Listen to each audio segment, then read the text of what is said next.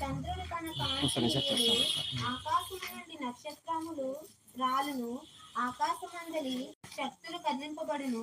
అప్పుడు మనిషి కుమారుడు మహాప్రభావంతోను మహిమతోను మేఘారూఢుడై వచ్చి చూచెదరు. అప్పుడు ఆయన తన దూతలను పంపి భూమి అంతము మొదలుకొని ఆకాశాంతము వరకు నలుదిక్కల నుండి తాను ఏర్పరచుకున్న వారిని పోగు చేయించును. చదవబడిన ఈ లేఖనాలు మనం జ్ఞాపకం చేసుకోవచ్చు. ఆ దినములలో ఆ శ్రమ తీరిన తర్వాత చీకటి సూర్యుని కమ్మును, చంద్రుడు తన కాంతినియ్యడు, ఆకాశము నుండి నక్షత్రముల రాలును, ఆకాశమందల శక్తులు కదిలింపబడును. అప్పుడు మనిషి కుమారుడు మహాప్రభావముతోను మహిమతోను మేఘారూఢుడై వచ్చుడు చూచెదను. అప్పుడు ఆయన తన దూతలను పంపి భూమ్యాంతము మొదలుకొని ఆకాశాంతము వరకు నలుదిక్కల నుండి తాను ఏర్పరచుకున్న వారిని పోగు చేయించును. ఈ మాటలు మనం ధ్యానం చేద్దాం. గత కొన్ని రోజులుగా 13వ అధ్యాయాన్ని పారాగ్రాఫ్లుగా మనం ధ్యానించుకుంటూ వస్తున్నాం. అయితే ఈరోజు కూడా ఇందులో ఉన్నటువంటి కొన్ని మాటలను మనం జ్ఞాపకం చేసుకోవచ్చు. ఆ దినములలో అంటే ప్రభు వచ్చేటువంటి దినాలలో శ్రమ తీరిన తర్వాత చీకటి సూర్యుని కమ్మును, చంద్రుడు క్రాంతినియ్యడు, ఆకాశం నుండి నక్షత్రములు రాలును అని రాసి ఉంది. శ్రమ ముగిసిన వెంటనే ఏం జరుగుద్ది అని చెప్తున్నాడంటే చీకటి సూర్యుని కమ్ముకుంటది అని చెప్తున్నాడు. చంద్రుడు తన క్రాంతినీయుడు, ఆకాశముల నుంచి నక్షత్రములు రాలిపోతాయి, ఆకాశమంతుల శక్తులన్నీ కదిలిపోతాయని నేను వాక్యం చెప్తున్నప్పుడు మనిషి కుమారుడు మహాప్రభావముతోను మహిమతోను మేఘారూఢుడై వచ్చుట చూచెదరు. అద్భుతమైనటువంటి మాటలను మనం జ్ఞాపకం చేసుకుందాం. ప్రియులరా, ఇదే మాటలు మత్తయి సువార్త 24, 29 నుంచి 31 వచనాలు చదువుకుంటే అక్కడ కూడా మనకు కనబడుతూ ఉంటాయి. అయితే ఈ భాగంలో మనకు 3 మాటలు ప్రత్యేకంగా కనబడతాయి. ఏంటంటే ఆకాశమందల శక్తులు కదిలింపబడను, అప్పుడు మనుష్య కుమారుడు మహాప్రభావముతోను మహిమతోను మేఘారూఢుడై వచ్చుట చూచెదరు. మహాప్రభావముతోను 1, మహిమతోను 2, మేఘారూఢుడై వచ్చుట చూచెదము. 3 మాటలు మనకు కనబడుతున్నాయి. శ్రమ తీరిన తర్వాత సూర్యుడు చీకటైపోతాడు, చంద్రుడు చీకటైపోతాడు, నక్షత్రాలు రాలిపోతాయి, పర్వతాలు తమ యొక్క శక్తిని కోల్పోతాయి, కూలిపోతాయి. ఇలాంటి సందర్భంలో ప్రభు వారు ఏం చేస్తారంటే మహాప్రభావంతో మేఘారూఢుడై ఈ లోకంలోనికి వస్తాడని దైవ గ్రంథం తెలియపరుస్తుంది. 3 భాగాలుగా నేను చెప్తాను. అందులో ఫస్ట్ భాగం ఏంటంటే ఆయన వచ్చినప్పుడు ప్రకృతిలో జరిగేటువంటి పరిణామాలు. ఆయన వచ్చినప్పుడు ప్రకృతిలో జరిగేటువంటి పరిణామాలు ఎలా ఉంటాయో కొన్ని చూద్దాం బైబిల్ గ్రంథంలో నుంచి. ప్రకటన గ్రంథం, అపోస్తల కార్యాల గ్రంథం 2వ అధ్యాయం 19 నుండి 20 వచనాలు చదువుకుందాం. అపోస్తలులు 2వ అధ్యాయం 19 నుండి.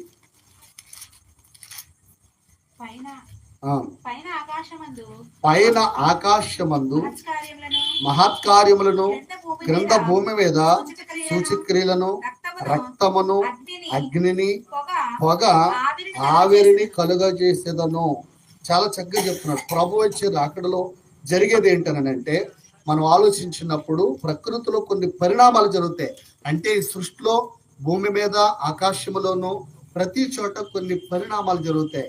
ఏంటి ఆ పరిణామాలు అని అంటే అన్నట్టు పైన ఆకాశం అందేమో మహత్కార్యాలు జరుగుతాయి, క్రింద భూమి మీద సూచక క్రియలు జరుగుతాయి. ఏంటి? రక్తమును అగ్నిని పొగ ఆవిరిని కలుగజేయును అని రాసి ఉందండి. ఇవన్నీ కూడా భూమి మీద జరుగుతాయి అని చెప్పారు. ప్రకటన గ్రంథం 6వ అధ్యాయం 12 నుంచి 14 వచనాలు చదువుకుందాం. ప్రకటన గ్రంథం 6వ అధ్యాయం 12 నుంచి 14 వచనాలు. 6వ ముద్రను విప్పినప్పుడు నేను చూడగా పెద్ద భూకంపము కలిగెను, సూర్యుడు కంబళి వలె చంద్రబింబములంతయు రక్తవర్ణమాయెను.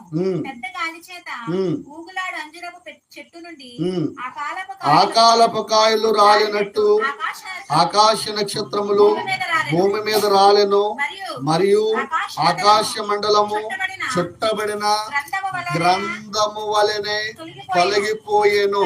చాలా జాగ్రత్తగా వినండి, చదువుదాము. 6వ ముద్రను విప్పినప్పుడు నేను చూడగా 6వ ముద్రను విప్పినప్పుడు నేను చూడగా పెద్ద భూకంపము కలిగెను. ప్రభు రాకడలో కొన్ని 7 ముద్రలు ఉన్నాయి. అందులో 6వ ముద్ర విప్పినప్పుడు ఏం జరుగుద్దంటే పెద్ద భూకంపం కలుగుద్ది. తర్వాత ఆ సూర్యుడు కంబళి వలె నలుపు అయిపోతాడేటండి. కంబళి వలె బాగా బ్లాక్ అయిపోతాడు. ఇంకా మనకి క్రాంతి ఎక్కడి నుంచి వస్తుంది? రాదు కదా. అలాగనే చంద్రబింబం అంతయు రక్తవర్ణమని ఎర్రగా కనబడద్దు తప్ప క్రాంతి మనకు రాదు. పెద్ద గాలి చేత ఊగులాడు అంజూరపు చెట్టు నుండి ఆ కాలపు కాయలు రాలినట్టు ఆకాశ నక్షత్రములు, పెద్ద గాలి తుఫాను వస్తే చెట్టుకున్న కాయలు ఎలాగైతే గలగల రాలిపోతాయో అలాగనే నక్షత్రములు కూడా రాలిపోతాయి అని రాసి ఉంది. ఆకాశ మండలం అంతా కూడా చుట్టబడిన గ్రంథపు చుట్టవల అయిపోతుందట. అంటే ఒక కాగితాన్ని చుడితే ఎలాగైపోతుందో ఆకాశం అంతా కూడా అలాగా చుట్టబడిపోద్దట. దేవునికి స్తోత్రం. ప్రియులరా, ఇలాగ ఇవన్నీ జరుగుతాయని చెప్పి ప్రభు వారు చెప్తున్నాడు. గ్రంథము వలె తొలగిపోయాను, ప్రతి కొండయు ప్రతి ద్వీపమును వాటి స్థానములు తప్పును. హల్లెలూయా. ఇప్పుడు ఈ బిల్డింగ్ ఉందనుకోండి, ఈ కాంక్రీట్ లో బలం లేదనుకోండి, ఒక్కొక్క బిడ్డ ఎలాగైతే కుప్పకూలిపోయి రాలిపోద్దో పర్వతాలు కూడా వాటి స్థానం తప్పిపోయి ఒక్కసారిగా కుప్పకూలిపోతాయట. ఒక్కసారిగా రాళ్లన్నీ పడిపోతాయి, చెట్లన్నీ పడిపోతాయి, ఆ పర్వతాలన్నీ కుప్పకూలిపోతాయని దైవ గ్రంథం స్పష్టంగా చెప్తుందండి. ప్రతి ద్వీపమును వాటి స్థానములు తప్పును. ప్రతి ద్వీపములు, నిన్నగాక మొన్న ఒక న్యూస్ చూశాను, సముద్రం అంతా భూమి మీదకి వచ్చేస్తుందని అనుకుంటున్నారట సైంటిస్టులు. మహాభయంకరమైన ఉపద్రవం ఉంది అని అనుకుంటున్నారట. అంటే ఏం జరుగుతుందో తెలియదు కానీ వాళ్ళ దృష్టిలో ఏమనుకుంటున్నారో తెలియదు కానీ ఈ సముద్రం అంతా కూడా భూమిని కప్పుతుంది అన్నట్లుగా వాళ్ళు మాట్లాడుకుంటున్నారు. అయితే ఇక్కడ ఏం జరుగుతుందంటే ప్రతి ద్వీపమును వాటి స్థానములు తప్పిపోతాయి అని ఉంది. ద్వీపం అంటే ఏంటి? సముద్రపు మధ్యలో ఉండేటువంటి భూమి ప్రాంతాన్ని ఏమంటారంటే చుట్టూ నీరుండి మధ్యలో భూమి ఉంటది, అది కూడా తన యొక్క స్థానాన్ని తప్పిపోతుంది. భూరాజులు, గనులు, సహస్రాధిపతులు, ధనికులు, బలిష్ఠులు, ప్రతి దాసుడును ప్రతి స్వతంత్రును కొండ గుహలలోను బండల సందులలోను దాగుకొని సింహాసనాసీనుడై ఉన్న వాని యొక్కయు గొర్రెపిల్ల యొక్కయు ఉగ్రత మహాదినము వచ్చెను. దానికి తాళజారిన వాడెవడు? మీరు మా మీద పడి ఆయన సన్నిధికి గొర్రెపిల్ల ఉగ్రతకును మమ్మను మరుగు చేయుడి అని పర్వతములలోను బండలతోనూ చెప్పుచున్నారు. ఈ మహానుభావులంతా కూడా భూలోకాన్ని వెళ్ళిన వాళ్ళందరూ కూడా మహా గొప్పవాళ్ళు అని చెప్పుకున్న వాళ్ళందరూ కూడా మేము ఊరికి మోతుబరిలో, దేశానికి మోతుబరిలో, రాష్ట్రానికి మోతుబరిలో, లేకపోతే ఈ ప్రాంతానికి మోతుబరిలో, లేకపోతే మేము మహా ఘనత కలిగిన వాళ్ళం, కోటీశ్వర్లమో, లేకపోతే విద్యావంతులమో, భూస్వాములు అని చెప్పుకునే వాళ్ళందరూ కూడా కొండ గుహల్లోకి పోయి ఆ కొండలతో అనుకుంటాయంట, మమ్మల్ని కాపాడండి, మమ్మల్ని దాయండి, ఈ ఉగ్రత పాలవకుండా మమ్మల్ని కాపాడండి అని చెప్పి ఆ కొండ గుహలలోనికి వెళ్ళి దాక్కుంటారంట వీళ్ళందరూ కూడా. హల్లెలూయా. ఈరోజు మన అంశం ఏంటి? మనుష్య కుమారుడు మహిమతో మేఘారూఢుడై వస్తాడు. ఆయన వచ్చే ముందు జరిగేటి ఇవన్నీ కూడా, ప్రభువారు వచ్చే ముందు ఇవన్నీ జరుగుతాయంట. అందరూ వెళ్ళి కొండ గుహల్లో దాక్కుంటే కొండలు ఊరుకుంటే అండి ఏమనుంది? ఇప్పుడు మనం చదివాం, వాటి స్థానములో తప్పిపోతాయని ఉంది. వాటి స్థానములో తప్పిపోతాయని ఉంది. అంటే స్థానాలు కోల్పోతాయండి. నిజంగా అంత భయంకరమైన పరిస్థితులు జరగబోతూ ఉన్నాయి. కాబట్టి వీళ్ళందరూ కూడా మహానుభావులందరూ కూడా అక్కడికి వెళ్ళి దాక్కుంటారు. కానీ దాక్కోవడానికి అవకాశమే లేదు అని బైబిల్ స్పష్టంగా చెప్తుంది. ఇక మనం చూద్దాం తెస్సలోనికీయులకు రాసినటువంటి మొదటి పత్రిక 5వ అధ్యాయం 2వ వచనం. మొదటి పత్రిక 5:2. లోకులు నెమ్మదిగానున్నది. ఏం చదువుతున్నారా? రాత్రి వేళ దొంగ ఎలాగూ వచ్చునో అలాగే ప్రభు దినము వచ్చునని మీకు బాగుగా తెలియను.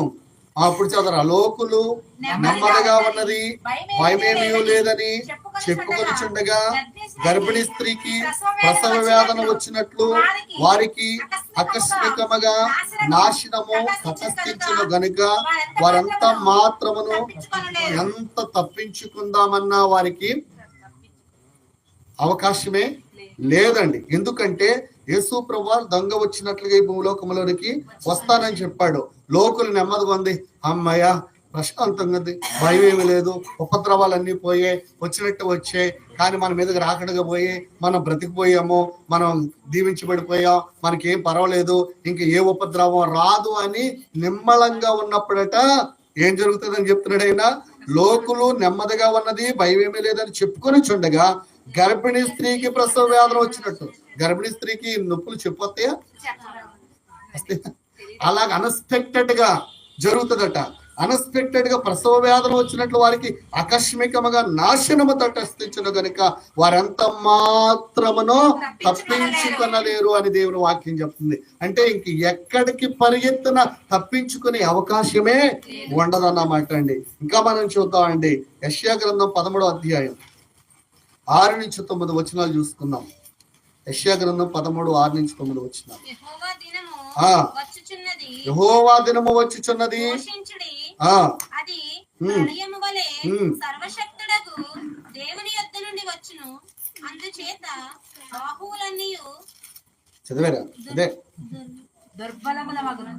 ప్రతి వాని గుండె కరిగిపోవును, జనులు విభ్రాంతి నొందుదురు, వేదనలు దుఃఖములు వారికి కలుగును, ప్రసవ వేదన పడుదాని వలె వారి వేదన పడుదురు, ఒకరినొకరు తేరి చూతురు, వారి ముఖములు జ్వాలల వలె. ఎంత భయంకరమైన పరిస్థితుల్లో చూడండి. యెహోవా దినము వచ్చుచున్నది, ఘోషించుడి, అది ప్రళయము వలె సర్వశక్తుడగు దేవుని యొద్ద నుండి వచ్చిన. ఎక్కడి నుంచి వస్తుంది ఇది? దేవుని దగ్గర నుంచే వస్తే ఇంక ఏ దేవుడైనా ఉన్నాడు? ఆబ్వియస్ దేవుడు, దేవుడే పంపిస్తే ఆయన దగ్గర నుంచే పర్మిషన్ తీసుకుని వస్తే ఇంకా ఆ ప్రళయాన్ని ఆపు చేసే వాళ్ళు ఎవరుంటారు చెప్పండి? ఆ ప్రళయాన్ని ఇంకా ఆపు చేయలేరండి. అందుకే ఇక్కడ చెప్తున్నాడు, దేవుని యొద్ద నుండి వచ్చును, అందుచేత బాహువులన్నీ దుర్భరమగును, ప్రతి వాని గుండె కరిగిపోవును. ప్రతి వాని గుండె కూడా ఆ ప్రళయాన్ని చూసి ఇంకా ఏం చేయాలో తెలియదు, కరిగిపోతాడండి. అంతే. అంటే జనులు విభ్రాంతులు ఉంటారు, ఏంటి ఎప్పుడు లేని ఎంత ప్రళయం ఏంటని. వేదన కలుగుద్ది, దుఃఖం కలుగుద్ది, ప్రసవ వేదన పడువాని వలె వారు వేదన పడతారు. ఒకరినొకరు చూసుకుంటే వారి ముఖాలన్నీ జ్వాలల ఎర్రబడిపోతాయంట, ఒకడు కూడా చెప్పుకోవడానికి వీలు లేకుండా పోతుంట. అలాంటి భయంకరమైన రోజులు వస్తున్నాయి. అది ప్రభు రాకడకు ముందు జరగబోతుంది. ప్రభు వచ్చేటువంటి రోజుకు ముందు జరగబోతుందండి. కాబట్టి ప్రియులరా, ఇలాంటి మనిషి కుమారుని యొక్క రాకడలో ఇంత భయంకరమైన సిచ్యువేషన్స్ ఉన్నాయి గనక మనం ఇప్పటి నుంచి ఏం చేయాలన్నమాట? దాక్కోవాలి కదా. దాక్కుంటే దాక్కోగలమా? ఎవరైనా కాపాడగలరా? రికమెండేషన్ చేయడానికి ఉన్నారా?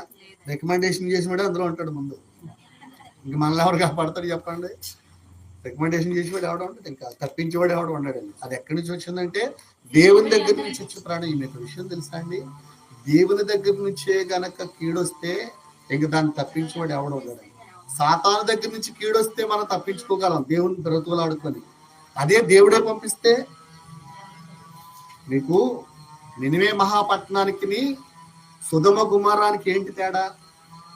నినివే మహాపట్నానికి సేవకుని పంపించి మీకు దుర్గత కలుగుతుందని ప్రకటించాడు. వాళ్ళందరూ విని మారు మనసు పొంది గోనె పట్ట కట్టుకుని ఉపవాసం ఉండి, మా మీద కీడు రప్పిస్తానన్నావు ప్రభువా, నీ సేవకుడు చెప్పాడో ఆ కీడు రాకుండా మమ్మల్ని కాపాడండి అని ప్రార్థన చేస్తున్నారు వాళ్ళు. దేవుడు ఏం చేశాడు?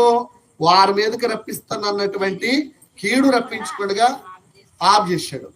సొదొమ గుమరానికి తేడా ఏంటి? దేవదూతలే వచ్చేవి చూడడానికి, ఆ పరిస్థితులన్నీ చూడడానికి. వాళ్ళు ఎలా ఉన్నారంటే కనీసం దేవదూతల కాళ్ళ మీద పడలేదు సరిగదా, దేవదూతలని ఆ రాత్రి పాడు చేద్దామని చూశారు. అంత దుర్మార్గులు వాళ్ళు. ఇప్పుడు దేవుని ఉగ్రత ఆ ఊరి మీదకి వస్తే ఆకాశంలో అగ్ని గంధకములతో కలిపి కురిస్తే ఊరంతా స్మాష్ అయిపోయి శ్మశానం అయిపోయిందండి. అది తేడా. ఉగ్రత కలుగుతుందని చెప్పినప్పుడు, సేవకులు ప్రకటిస్తున్నప్పుడు నమ్మి మనసు మార్చుకుని దుఃఖభరితులే దేవుని పాదాల మీద పడి కన్నీరు గార్చి, నా పాపములో, నా దోషములో, నా అతిక్రమములో తుడిచిపెట్టు నాయనని ప్రార్థన చేసి మనసు మార్చుకుంటే ఒకలా ఉంటుంది. మనసు మార్చుకోకుండా మనసును కఠినం చేసుకుని దేవుని మీదే తిరుగుబాటు చేస్తే ఆ పర్యవసనం వేరేగా ఉంటుంది. అందుకని ఈ 2 గ్రామాలను మనం చూస్తే, ఒక గ్రామం దేవుని మీద పడ్డది, ఒక గ్రామం దేవుని దూతలనే పాడిచారు. అంటే ఎంత దుర్మార్గులో వాళ్ళు ఒకసారి జ్ఞాపకం చేసుకోండి. హల్లెలూయా, హల్లెలూయా. అక్కడికి అబ్రహాం ఏడ్చాడని, నాశనం చేసేస్తావని. అండి అబ్రహాం ఏడవడానికి కూడా ఒక పద్ధతి ఉండాలి కదండి. కానీ ఎంత ప్రయత్నం చేశాడు చూడండి. ఆ మూర్ఖుల్ని కాపాడడానికి ఎంత ప్రయత్నం చేశాడు. దేవదూతల్ని పాడు చేయడానికి వచ్చిన వాళ్ళని అబ్రహాం 10 మంది ఉంటే కాపాడతామని అడిగితే 10 మంది కూడా లేరంట ఆ ఊళ్ళో. ఎంత మూర్ఖత్వ ప్రజలు చూడండి, నిజంగా ఎంత మూర్ఖమైన ప్రజలు వాళ్ళు మనం ఆలోచిస్తే. కాబట్టి ప్రియులరా, వాక్యాన్ని చదువుతున్నప్పుడు, వింటున్నప్పుడు అది మనం ఏం చేసుకోవాలంటే మనసుకు అప్లై చేసుకోవాలి. చెప్పండి, మనసుకు అప్లై చేసుకోవాలి. మీరు పౌడర్లు కొనుక్కుంటారు, అలాగే వాక్యాన్ని కూడా ఏదో వినేయడం, వెళ్ళిపోవడం, భలే చెప్పారనుకోవడం, లేకపోతే బాగా చెప్పలేదు అనుకోవడం కాదు. కానీ ప్రతి మాట మనం ఏం చేయాలంటే అప్లై చేసుకుని, ఈ రోజు నేను విన్నటువంటి వాక్యంలో ఏదైనా సరి చేసుకోవాల్సింది ఉందా, విడిచిపెట్టాల్సి ఉందా, నేను అప్లై చేసుకోవాల్సి ఉందా, ఒకవేళ విడిచిపెట్టాల్సి ఉందా, ఇది విడిచిపెట్టాలి, ఇది తప్పు, ఇది నేను నా మనసుకు అప్లై చేసుకోలేదు, కరెక్ట్, ఈ రూట్లో వెళితే దేవుడు నన్ను బట్టి సంతోషిస్తాడు, ఈ రూట్లో వెళ్తే దేవుడు నన్ను బట్టి బాధపడతాడు అని మనము చక్కగా దాన్ని మనసుకు అప్లై చేసుకుంటే మంచి మార్గంలో మనము నడవగలుగుతూ ఉంటామండి. హల్లెలూయా, హల్లెలూయా. అందుకని ప్రియమైన దేవుని పిల్లలారా, మనం జ్ఞాపకం చేసుకోవాల్సినటువంటి విషయం ఏంటంటే, ఒకటి మనం ఏం నేర్చుకుంటున్నామో ఈ భాగంలో మూడు చెప్తాను. ఒకటి, ఆయన వచ్చినప్పుడు ప్రకృతిలో జరిగే పరిణామాలను నేర్చుకున్నాము. రెండోది, ప్రభు వారు వచ్చేటప్పుడు ఎలా వస్తాడు అని అంటే మహిమతోనూ మహాప్రభావంతోనూ మేఘారూరుడై వస్తాడు. ఆయన ఎలా వస్తాడు? మహిమతో, తర్వాత మహాప్రభావముతో, 3 మేఘారూరుడై వస్తాడు. ఇందులో ABC అని పెట్టుకుని 3 ధ్యానం చేద్దాం. ఏంటంటే ఆయన మేఘారూరుడే వచ్చును అనండి. ఆయన మేఘారూరుడే వచ్చును. మేఘారూరుడే వస్తాడు. ఎలా వస్తున్నాడు? ఎటైనా రథం మీద వస్తానన్నాడా? గుర్రం మీద వస్తానన్నాడా? మేఘం మీద వస్తానన్నాడు. మేఘం మీద ఆయన వస్తానన్నాడు. అందుకని మేఘమును మనము పోల్చుకుంటే దేవుని సన్నిధితో మేఘాన్ని పోలుస్తారు. కొన్ని మాటలు మనం చూద్దాం. మార్కు సువార్త 9వ అధ్యాయం 7వ వచనం చదువుకుందాం. 9:7. మేఘం ఒకటి వచ్చి వారిని కమ్మగా, ఈయన నా ప్రియ కుమారుడు, ఈయన మాట వినడని ఒక శబ్దము ఆ మేఘములో నుండి వచ్చి పుట్టెను. వెంటనే వారు చుట్టూ చూసినప్పుడు మరి ఎవరును వారికి కనబడలేదు. దేవునికి స్తోత్రం. ఇప్పుడు ఏం జరుగుతుందంటే, ఇక్కడ పేతురు, యాకోబు, యోహాను ఈడ ముగ్గురిని వెంట పెట్టుకుని యేసుక్రీస్తు ప్రభువారు ఒక కొండ మీదకి వెళ్ళారు. ఎక్కడికి వెళ్ళారండి? ఏ కొండ అది? రూపాంతరపు కొండ. ఆ కొండ మీదకి వెళ్ళి ఆ కొండ మీద ఉన్నారు. కొండ మీద ఉంటే ఆ కొండ మీదకి దేవుని యొక్క మహిమ, శక్తి మేఘములో దిగొచ్చిందట. దేంట్లోనూ? మేఘములో దిగి వచ్చింది. అందుకని ఇక్కడ మనం చదువుతున్న ఈ మాట అదే. వారు వచ్చి వారిని కమ్మగా, ఈయన నా ప్రియకుమారుడు, ఈయన మాట వినడని. ఆమేన్, హల్లెలూయా. ఆ మేఘం ఒకటి వాళ్ళ మీదకి అలా వచ్చింది. ఆ మేఘములో నుంచి ఒక అద్భుతమైన స్వరం వినబడుతుంది. ఏంటంటే, ఈయన నా ప్రియకుమారుడు. ఎక్కడ ఉన్నాడు ఇప్పుడైనా? వీళ్ళ ముగ్గురుతో పాటు కొండ మీద ఉన్నాడు. స్వరము తండ్రి దగ్గర నుంచి వినబడుతుంది. తండ్రి ఆ ప్రాంతానికి మేఘం మీద దిగి వచ్చాడు. ఇదే స్వరము యోహాను గారు యొర్దాను నదిలో బాప్తిస్మం ఇస్తూ ఉంటుంటే అక్కడ కూడా దేవుని స్వరం వినబడుతుంది. పావురము వలె దేవుని ఆత్మ దిగి వస్తుంది. అక్కడ, ఇదిగో ఈయన నా ప్రియకుమారుడు, ఈయన యందు నేను ఆనందించుచున్నాను అని ప్రభు సాక్ష్యం చెప్పాలండి. మనుషులు కాదని చెప్పడం కదండి. ఈరోజు మీ గురించైనా, నా గురించైనా, ఇంకొకరి గురించైనా ప్రభు సాక్ష్యం చెప్తే ఒకలా ఉంటుంది, మనం చెప్పుకుంటే ఒకలా ఉంటుంది. అందుకని ప్రభు సాక్ష్యం చెప్పేటట్లుగా మనం జీవించాలి. ప్రభు సాక్ష్యం చెప్పేంత విశ్వాసులుగా, ప్రభు సాక్ష్యం చెప్పేంత పరిశుద్ధులుగా ఉండాలి. యేసుక్రీస్తు ప్రభు వారి గురించి తండ్రి అయిన దేవుడు అంత గొప్ప అద్భుతమైన సాక్ష్యం చెప్తున్నాడంటే, అంటే కుమారుడైన క్రీస్తు తండ్రి చిత్తాన్ని ఎంత బాగా నెరవేరుస్తున్నాడో ఆలోచన చేద్దాం. మనం ఆ ప్రభు వారు ఎలాగైతే తండ్రి చిత్తం నెరవేర్చారో మనం కూడా తండ్రి చిత్తాన్ని నెరవేరిస్తే మన కొరకు కూడా ఒక అద్భుతమైన సాక్ష్యము దేవుని యొద్ద నుండి దొరుకుద్దన్నమాట. హల్లెలూయా, హల్లెలూయా. అంటే ఏంటి ఇక్కడ? మేఘము దేవుని సన్నిధితో పోల్చబడింది. దేవుని సన్నిధిలోంచి వచ్చే ప్రతి స్వరము కూడా మనల్ని ఏం చేస్తుందంటే బలపరుస్తుంది అని నేను మీకు తెలియజేస్తున్నాను. ప్రియులారా, ఇంక మేఘారూఢుడు వస్తున్నాడు కాబట్టి ఆ మేఘములో ప్రభువు ఉన్నాడు కనుక మంచి స్వరం మనకు వినబడుతుందండి. మేఘములు కూడా ఆయన మాట వింటున్నాయని దేవుని వాక్యంలో రాస్తుంది. ఎక్కడ? కీర్తన గ్రంథము 19వ కీర్తన 1వ చరణం చదువుకుందాం. ఆకాశములో దేవుని మహిమను వివరించుచున్నవి, అంతరిక్షము ఆయన చేతి పనిని. ఆకాశము కూడా ఏం చేస్తుందంట? దేవుని యొక్క మహిమను వివరిస్తుంది. అంతరిక్షము ఆయన చేతి పనిని ప్రచురపరుస్తుంది. సృష్టి అంతా కూడా దేవుని యొక్క చిత్తాన్ని నెరవేరుస్తున్నాయి. దేవుని మాట మీద నిలబడ్డాయి. సముద్రం నువ్వు ఎక్కడ ఉండు, హద్దు దాటొద్దు అంటే అక్కడ ఉంది. ఆకాశం నువ్వు అక్కడ ఉండు అంటే అక్కడ ఉంది. భూమి నువ్వు అక్కడే నిలబడంటే అలాగే నిలబడి ఉంది. భూమి తన చుట్టూ తాను తిరుగుతూ సూర్యుని చుట్టూ చంద్రుని చుట్టూ తిరుగుతోంది. ఎక్కడైనా శృతి తప్పితే గనక భూగోళం అంతా సర్వనాశనం అయిపోద్దండి. శృతి తప్పకుండా ఎక్కడ తిరగమన్నాడు అక్కడే తిరుగు. నక్షత్రాలు మీరు అలాగే నిలబడండి అన్నాడు. ఆ గోళాలు అక్కడ ఉన్నాయి. సూర్యుడు అక్కడ ఉన్నాడు, అక్కడ ఉన్నాయి. చంద్రుడు అక్కడ ఉండమన్నాడు, అక్కడ ఉన్నాయి.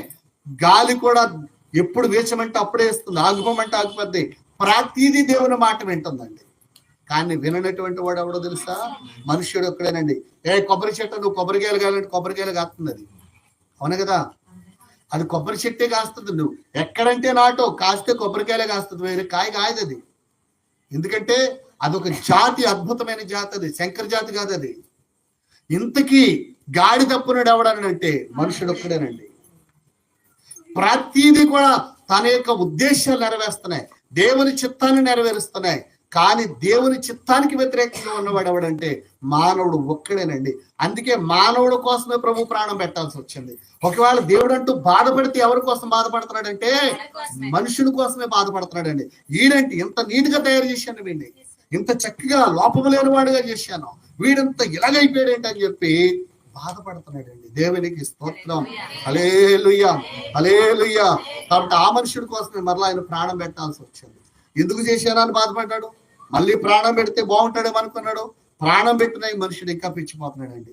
ఇంకా అందుకు ఒక అద్భుతమైన నరకాన్ని సిద్ధం చేశాడు కాల్చేయడానికి. ఇంకా ఉండకూడదు ఇలాంటి వాళ్ళు, అంతే కదండి. బాగా నేరం చేసినాడు ఉంచితే వాడి వల్ల చాలా కుటుంబాలు కూలిపోతాయి, చాలా మందికి నష్టాలు జరుగుతాయి. ఆడు చావడమే బెటర్ అనుకుంటాం కదండి. అలా ప్రభు ఏం చేస్తున్నాడంటే అలాంటి వాళ్ళు శిక్షించడానికి ఒక అద్భుతమైన నరకాన్ని సిద్ధం చేశాడు. మాట వింటే పరలోకం, వినకపోతే నరకానికి. ఇంకా అప్పుడు అక్కడ కూడా రికమెండేషన్ లో పనికి రావండి. ప్రగతగా చెప్పండి, నాకు రికమెండేషన్ చేసిన వాళ్ళు ఉండరు, మీకు రికమెండేషన్ చేసిన వాళ్ళు ఉండరు. ఎవరి జీవితాన్ని వాళ్ళే కాపాడుకోవాలి. పాస్టర్ గారని లేదు, ప్రవక్త అని లేదు, విశ్వాసాన్ని లేదు, ఇంకేమని లేదు. ఒక మాటలో చెప్పాలంటే మీకంటే 2 అంతల బాధ మాకే, 2 అంతల శిక్ష మాకే, తీర్పు కూడా 2 అంతలు మాకే. బోధించాం కాబట్టి దేవునికి స్తోత్రం. ఇంకా అక్కడ ముఖం చూసి తీర్పు చెప్పే వాళ్ళు ఎవరు ఉండరండి. ఎవరి రికమెండేషన్ కూడా పనికిరాదు. యేసు ప్రభు రికమెండేషన్ కూడా పనికిరాదు అక్కడ. ఎక్కడ? యేసు ప్రభు రికమెండేషన్ కూడా పనికిరాదు. ఎందుకంటే కాలంలో సమయంలో ఎవరి చేతిలో నేను చెప్పిన ఏసయ్య ఆయన చేతిలో నేను చెప్పండి, నా చేతిలో లేదని చెప్పేశాడు. అందుకని ఆయన రికమెండేషన్ కూడా పనికిరాదు. అందుకే ముందుగానే మన అందరికీ వస్తాం ఆయన ప్రాణం పెట్టాడు, ఇలా ఉంటది అక్కడ చెప్పాడు. అది వింటే జాగ్రత్త పడితే సంతోషం, జాగ్రత్త పడకపోతే ఎవడు చేసుకున్నది ఆడికే కదండి. ఏమా, నేను చేసుకున్నది మీకు రాదు, మీరు చేసుకున్నది నాకు రాదు. కాకపోతే చూస్తా బాధపడుతుంటే కొంచెం జాలి పడతాం, కానీ అక్కడ అది కూడా ఉండదు. ఎక్కడ? ఒకడు అంటాడు, నన్ను పుట్టించడం ఎందుకు, నేను పాపం చేయడం ఎందుకు, నన్ను కాల్చడం ఎందుకు అంటాడండి. ఈడిష్టమైనట్టు ప్రశ్నించడానికి ఆడి అంత తెలివైనడు అనుకుంటున్నాడు. నన్ను పుట్టించడం ఎందుకు, నేను తప్పు చేస్తే నన్ను బాధ పెట్టడం ఎందుకు, నన్ను కాల్చడం ఎందుకు. అండి ప్రభు అన్ని ముందు ఒక దాన్ని ఏమంటారు, చట్టపరమైన ప్రణాళిక తయారు చేసిన తర్వాతే మనిషిని సృజించాడు. తెలుసా మీకు? ప్రతిదీ కూడా చట్టబద్ధంగా తయారు చేసి, న్యాయంగా చేసి, మనుషులు తయారు చేసి ఇలాగ ఉంటుంది అబ్బాయి, నువ్వు దీన్ని చేయకు అన్నాడు. అక్కడ చెప్పాడు కదండి, ఏమన్నాడు? ఈ పండు తింటే నువ్వు బ్రతుకుతావు, ఈ పండు తింటే చస్తావు అన్నాడు కదా. చస్తావు అన్నప్పుడు ఏం చేయాలి? అలాగని పాపం వాళ్ళిద్దరికి జ్ఞానం లేదన్నా, తెలుగు తక్కువ వాళ్ళన్నా.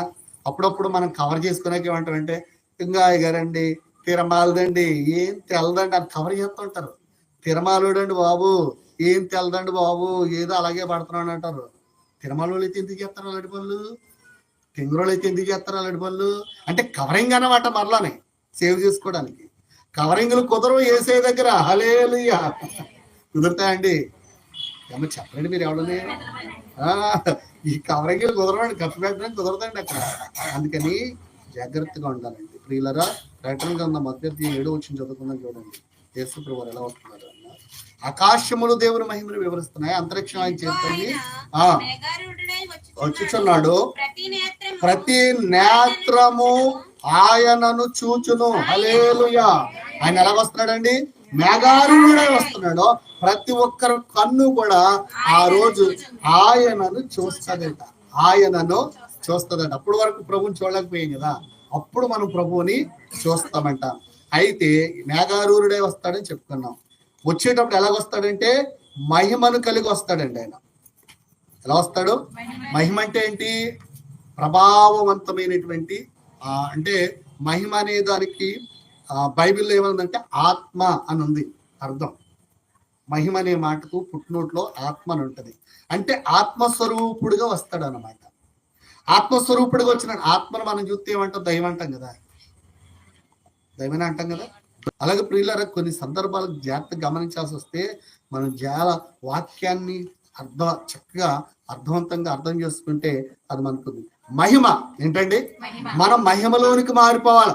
ఎవరు చూస్తారు యేసు ప్రభువుని? అక్కడ మహిమలో ఉన్న వాళ్ళు మాత్రమే చూస్తారు. వీళ్ళు చూస్తారండి? ఎవరో మహిమలో లేని వాళ్ళు అందరూ నరకానికి వెళ్ళే వాళ్ళు ఎవరు యేసుని చూడలేరు. మరి ఎవరు చూడగలరంటే మహిమలో దేవుని శక్తి చేత ఆత్మతో నింపబడి పరిశుద్ధంగా ఉన్నవాళ్ళు మాత్రమే ఆ రోజున ప్రభువుని చూసే భాగ్యం కలుగుద్ది. ప్రతి ఒక్కరు ఆయన చూస్తారండి. చూసే భాగ్యం దేవుడు కలుగు చేస్తున్నాడు. తీర్పు జరుగుతుందండి అక్కడ. అందుకని మహిమతో ఆయన ఈ లోకంలోనికి రాబోతున్నాడు. నిర్గమాకాండం 16వ అధ్యాయం 10వ వచనం చదువుకుందాం.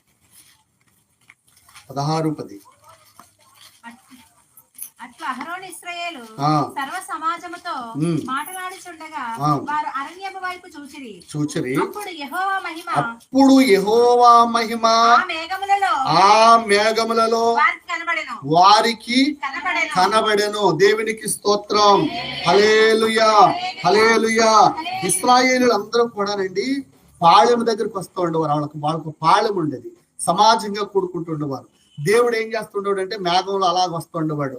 వచ్చినప్పుడు ఈ ఇశ్రాయేలు ప్రజలందరూ కూడా ఈ అహరోను యాజకుడుగా ఉన్నాడు. యాజకుడు ఉన్నప్పుడు ఏం చేస్తున్నాడంటే అహరోను ఇశ్రాయేలు సర్వ సమాజంలో మాట్లాడేటప్పుడు ఏంటండి వారు అరణ్యం వైపు ఒక్కసారిగా పక్కకు చూశారంట. అప్పుడు యెహోవా ఏం చేశాడంటే ఆయన మహిమ ఆ మేఘములో వారికి, ఎందుకంటే చక్కగా సంతోషంగా ఆరాధన చేస్తున్నారు, ప్రభువును స్తుతిస్తున్నారు, గీతములు పాడుతున్నారు. ప్రభువు రావడం వాళ్ళు చూడగలిగారు అనమాట. అప్పుడప్పుడు ఎలా వస్తున్నాడు ఆయన? మహిమతో. మరి మనం ఎలాగెళ్ళాలా? ఆయన మహిమతో వచ్చేటప్పుడు మనం ఎలాగెళ్ళాలా? మహిమతోనే వెళ్ళాలి కదండి. అంటే మనం కూడా ఆత్మస్వరూపులం అయిపోవాలి. ఆత్మస్వరూపులం అయిపోతేనే యేసు ప్రభువుని ఎదుర్కోగలం. ఆత్మస్వరూపులం అయిపోతేనే ఆయనతో పాటు పరలోకానికి వెళ్ళగలమండి. మూడోది ప్రభావం. ఏంటండి ప్రభావం అంటే ఏంటి? వెలుగు. ప్రభావం అంటే ఏంటండి? వెలుగు. వెలుగుతో వస్తున్నాడండి ఆయన, మహా వెలుగుతో వస్తున్నాడండి. ఆయనకున్న వెలుగు ఇంక ఎవరికి కూడా లేదు. అందుకే ఫిలిప్పీలకు రాసిన పత్రిక 2వ అధ్యాయం 5వ వచనం చదువుకుందాం. ఫిలిప్పీ పత్రిక 2వ అధ్యాయం 5వ వచనం.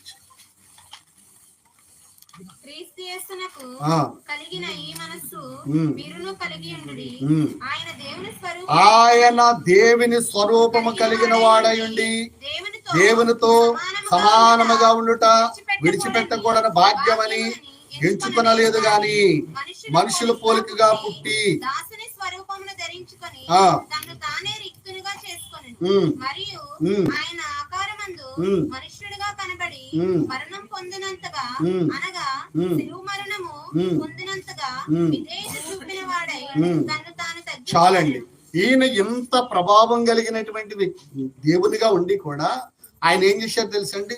ఒక సామాన్య మానవుడిగా, ఎలాగా ఒక సామాన్య మానవుడిగా ఈ భూమి మీదకి తన్ను తాను రిక్తునిగా చేసుకుని ఎక్కడ పుట్టాడనుంది ఆయన?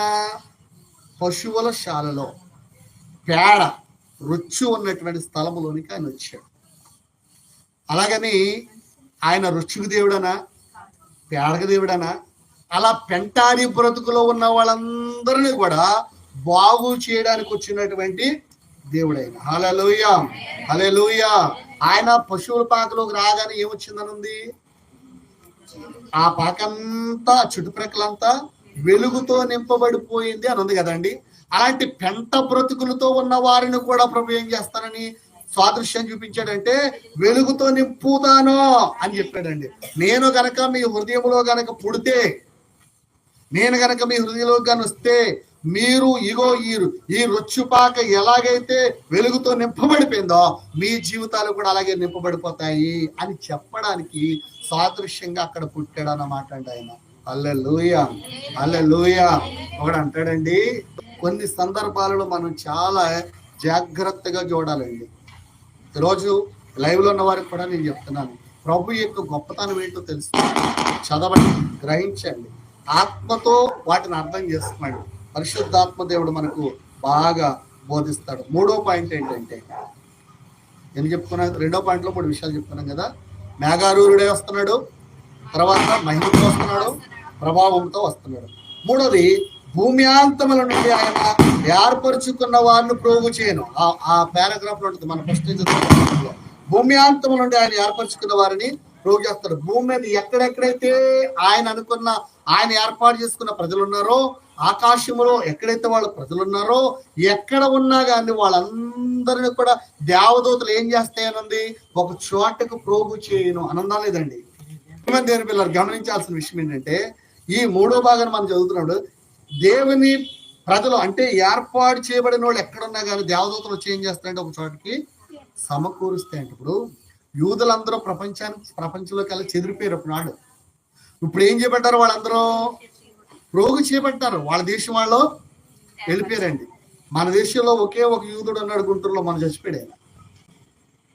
చనిపోయాడు. గుంటూరులో యూదులు ఉన్నారు కొంతమంది, అందులో అద్భుతమైన ఒక యూదుడు చచ్చిపోయాడు. ప్రియులారు, ఎందుకు చెప్తారంటే యూదులందరూ ఇశ్రాయేలు ప్రాంతానికి పోగు చేయబడతారు. ఒక ఎర్రని పేయి పుడుతుంది, ఆ ఎర్రని పేయిని బలిపీఠం కట్టి బలిస్తారు, ప్రభు రాకడ వస్తుంది అని ఉంది. ఆ ఎర్రని పేయి పుట్టిందని ఏం జరుగుతుందో తెలియదు. ప్రియులారు, గమనించాల్సిన విషయం ఏంటంటే యెరూషలేములో అది జరుగుతుంది. ఇప్పుడు దాని గురించి కదా మనం ఎదుర్కొంటుంటా. అందరూ ఒక చోటుకు పోగు చేయబడతారు. యూదులు ఎలా పోగు చేయబడారో ఆయన ఏర్పాటు చేసుకున్న బిడ్డలు కూడా ఒక చోటుకి ఏం చేయబడతారు అనమాట, ప్రోగు చేయబడతారు, చేర్చబడతారు అని దేవుని వాక్యం చెప్తుంది. యెషయా గ్రంథం 45:4 చదవండి. అలాగే ద్వితీయోపదేశకాండం 30:4 చదవండి. యెషయా 27:13 చదవండి. మత్తయి 25:31 కూడా చదవండి. యెషయా 45:4, ద్వితీయోపదేశకాండం 30:4, యెషయా 27:13, మత్తయి 25:31 చదువుకోండి. ఇంటికి వెళ్ళాక టైం అయిపోయింది. దేవుడు మనందరినీ ప్రత్యేకంగా